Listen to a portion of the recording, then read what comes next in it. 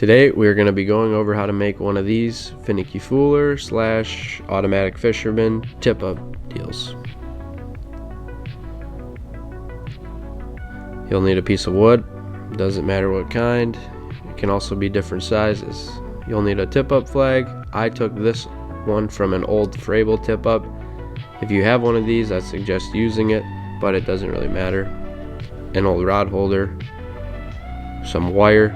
I'm not exactly sure what gauge wire this is, but it probably doesn't have to be exact. And then some eye bolts.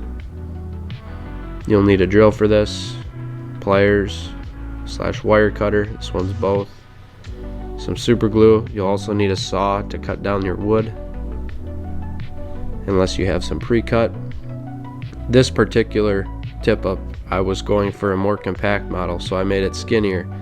But in doing that, you have to have that handle in a downward position, otherwise it would mess with the deployment of the flag. If you go with just a little bit wider board, you don't have to worry about that. Some people, it probably doesn't make too much of a difference. Some people, they don't want to have to deal with thinking about that, so take that as you will. Here we're just going over where to put the pilot holes. Once again, depending on what kind of flag you're using, this could be different.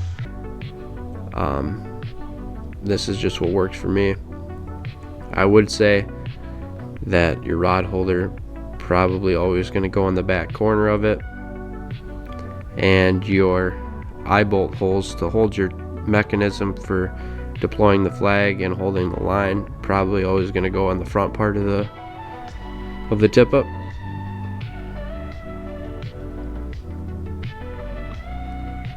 You can pretty much do whatever you want with the flag hole. I actually didn't drill there, those were pre-drilled, but I was just kind of showing the angle that you want to hold that drill, going down at an angle, not necessarily straight down like the other holes.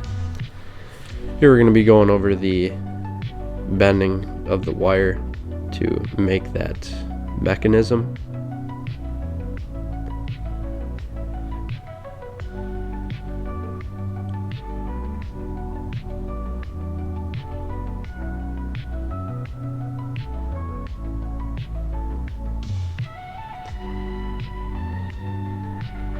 You don't have to make it exactly identical to mine, but this just gives you an idea of what works for me.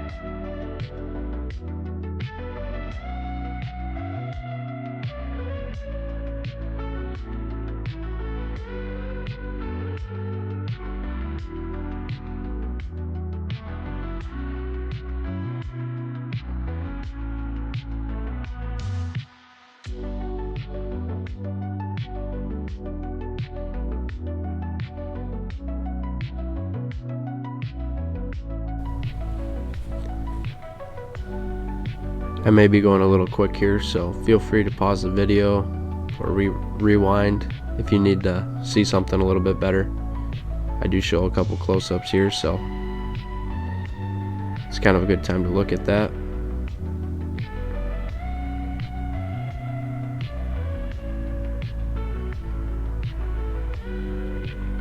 I am cutting down the part that the flag holds on, just so it deploys a little easier. That allows you to get pretty sensitive, but also not have it to the point where it goes off from the wind. And then I put a little bit of a bend in the part where the line goes, just so that holds.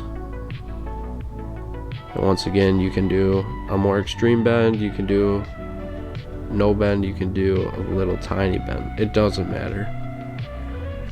whatever works for you. It's all interchangeable.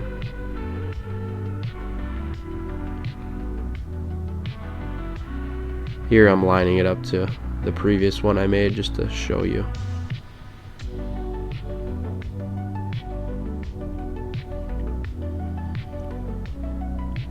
We're gonna cut that rod holder down. I don't need to show you that. Use an angle grinder, that works fine. Or a saw, I don't care. Now, since I drilled those pilot holes, I'm gonna be just dry fitting my mechanism that we just made up, making sure that moves freely before I glue anything down. Make sure your stuff works before you glue it down, because once that glue's in there, you probably can't change it too easily. Making sure that flag lines up. You can see me sliding the flag. That's the reason why this is such a great flag to use for this, because you have the ability to slide that up and down. That also acts as a sensitivity change. You can move it forward to make it harder to go off, or move it back to make it super easy for those light bites. Just put the glue in, making sure that's all lined up.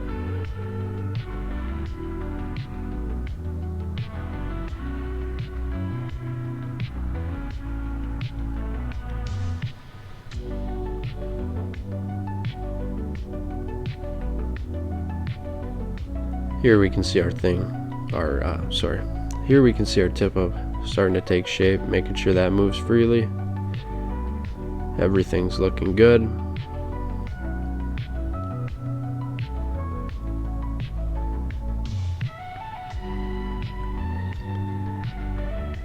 I'm using a zip tie for this part. Probably not the best thing to use, but they're very available to anybody and they're cheap, so you can easily replace this if you need. Once again, I'm showing you that tweakability of the flag and how that helps. Let's do a little test run here, make sure everything is looking good. Put the line under that little arm, and then we will give it a pull here. You can see that raises up and then lets that flag go. And with that open spool, lets the fish run freely and you get to fight it. A little bit more fun than a tip up, in my opinion. This next part is completely optional, but I think if you're going to do it, you might as well do it. Just putting a little extra eye bolt in there to hold that flag, make it as compact as possible for storage. And then you can stack those up nicely, fit quite a few of those in a bucket if you make up a bunch, and take out those rod holders, don't glue those in. I stained the previous one, so I would suggest staining it or putting some sort of finish on to make that waterproof. There we go.